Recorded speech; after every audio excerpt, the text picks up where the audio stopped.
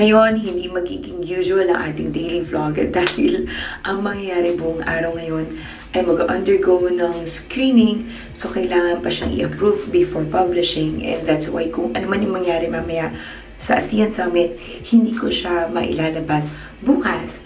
So, ang gagawin ko na lang ngayon ay papakita ko sa inyo yung full get ready with me here in Busan for the ASEAN Summit. And magsimula ako with my skincare dahil hugasan ko pa lang talaga yung mukha ko at ang gamit ko talaga, no joke, ay yung bar soap ng hotel para sa kamay o sa katawan dahil nakalimutan ko ang aking cleanser. May baby soap siya, kaya it's not bad. Pero, mabilis ko lang nililinis yung mukha ko dahil parang medyo siya, matapang.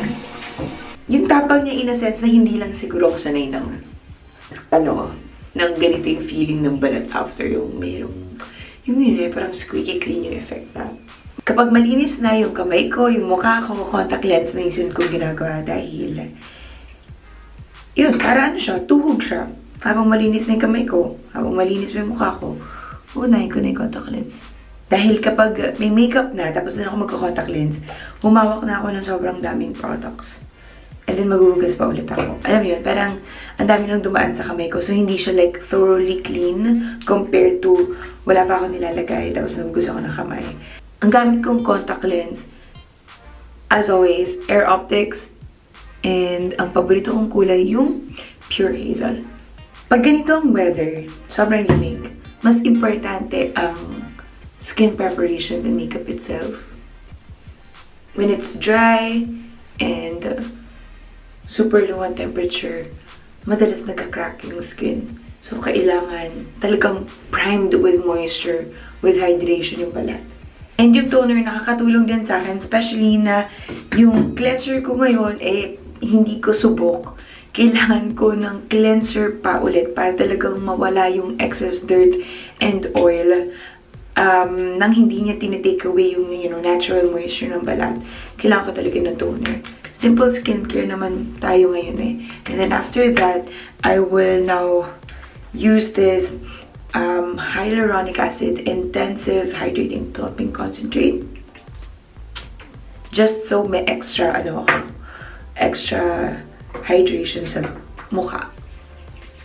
Yung hyaluronic acid, natural lang naman talaga nakikita sa balat yan. Kaya okay lang siya. I mean, sa katawan natin. Hindi naman foreign ang hyaluronic acid. Next, eye cream is a must. Iba ang formulation ng eye cream compared to, face moisturizer. Kaya mas maganda na may dedicated kayong eye cream para talaga sa mata. Although, syempre, kung may mga moisturizer kayo na hindi naman mahapte sa mata, okay na rin yun. Basta hindi siya sobrang, alam mo yun, hindi siya nakadrag ng balat dahil manipis ang balat natin dito sa mata. Ang dami kong nakalimutan. For this trip kasi, nagpatulong ako mag-pack.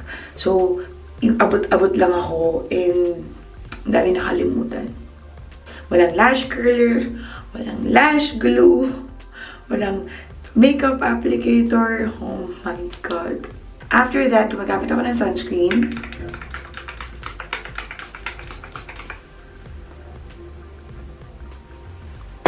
And the spray style ng aking sunscreen para hindi siya malagkit, para wala siyang gaanong flashback, at higit sa lahat, mabilis gamitin. While we're at it, maglalagay naman ako ng makeup fixer, but this can be used as well as priming, yung spray na panimula sa makeup para mas kapit yung makeup in a sense. At saka, since meron siyang skincare ingredients, so hindi siya like sobrang harmful. Or hindi siya nakakaklag ng pores. And before I begin, maglalagay na ako ng lip balm or my lip mask. Para habang ginagawa ko yung makeup ko, lumalambot na yung labi ko. Kulang-kulang ang gamit ko. We'll try na kamay na gamitin ko talaga. Okay, foundation. Cream foundation ang dala ko dahil malamig dito. Again. So, yung mga mattifying liquid foundation ay pwedeng magpitak-pitak. Kapag ganitong daliri lang ang gagamitin ko, inuuna ko yung mga places na kailangan talaga ng coverage. Kasi, yung mga hindi, edi makakasave ako ng time and effort na mag-blend gamit yung daliri ko.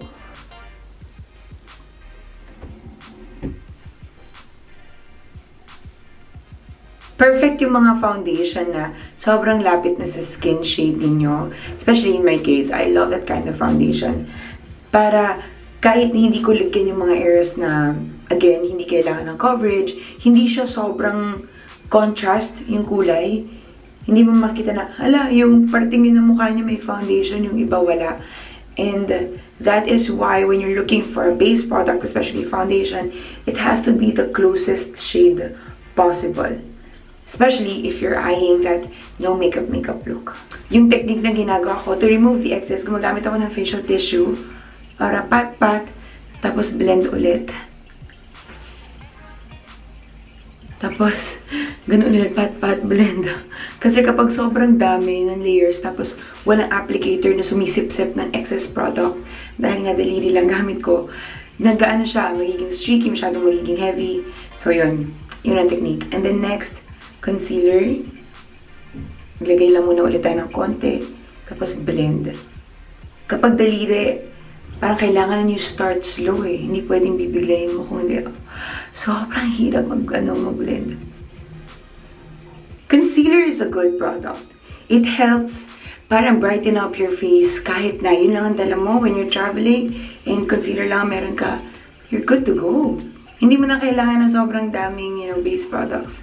Especially kung traveling and yung hindi naman ganito Kasi ako, I'm going for somehow a fuller look. Yung parang pag tipong gusto mo lang i-makover lang yung blemishes mo, tapos gusto mo lang ng konting alive yung mukha mo, yan, concealers lang, kahit wala ng foundation. Gagawin ko rin yung kilay ko, and guess what, hindi ako magsaset ng powder, at hindi talaga ako nagdala at all ng powder product. Everything is cream. Ang powder lang na meron ako dito ay pangkilay. Pero ang gagamitin ko ngayon is a gel type para konti lang, and then di-diffuse ko lang siya. Let me know in the comment section below habang nag-iingay lang ang aking toilet. Let me know in the comment section below kung ano ang top products niyo pag nagta-travel. I'm happy. Nagpadatu ako. It helps. But the thing is speed. Parang after ng konting ching, ayos na, shape na siya. So ngayon, pupunta tayo sa eyeliner. Since merong cream product sa aking lids, at ang eyeliner na gagamitin ko ay gel type, which is creamy and may oil content. Ang gagawin ko ay talagang ibablot ko yung lids ko bilang wala akong powder. Tapos, liner. Brown liners lang as usual. Again. Tapos iniisip ko mag-red lipstick. Like, super red lipstick. Kaya dapat, sobrang chill lang sa mata.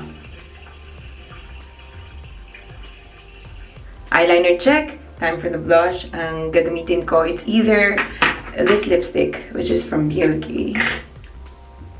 Or iniisip ko mag-Makeup Forever. But I'm thinking, Makeup Forever muna. Or this one. This is a cream blush type. Para lang may pagkapitan yung lipstick. At saka para mas madali siyang ma-blend. So, pat-pat lang on the apples of my cheeks. This is a baby pink color. And it's cool-toned. Parang, malapit siya sa red. Bilang ako ay magre-red lipstick. Let me see how it goes. Unahin ko na muna yung labi para alam ko kung gaano kadaming blush yung kailangan kong idagdag once na merong lips para balance yung look niya. So, ibablot ko na muna yung lip balm. Thanks so much, Laneige.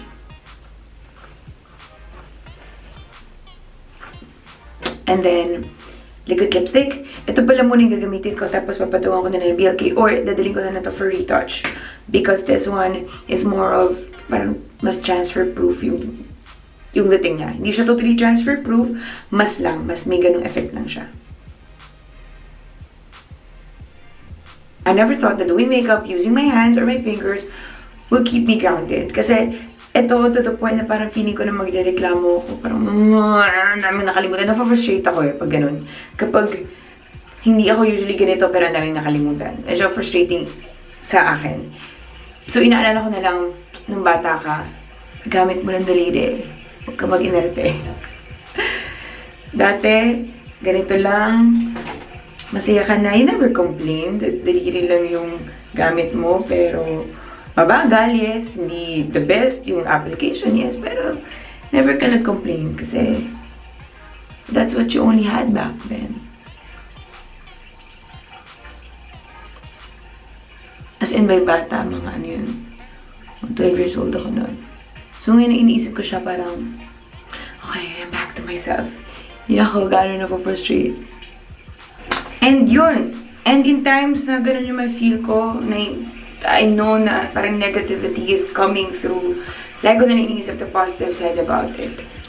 I will now dress up and papakita ko sa inyo yung final look ko. And we're going to the ASEAN Summit here in Busan, Korea. Tapos na ako, and this is my overall look. Bababa na lang kay Rai kasi kailangan ko maglagay ng mascara at saka lashes. At saka kailangan ko na mag-curl na lashes. And basically, we're done. Thank you so much. Papakita ko na lang sa Instagram. Abangan ninyo ang full look. And that's it. Thank you so much for watching today's vlog. See you tomorrow. Bye!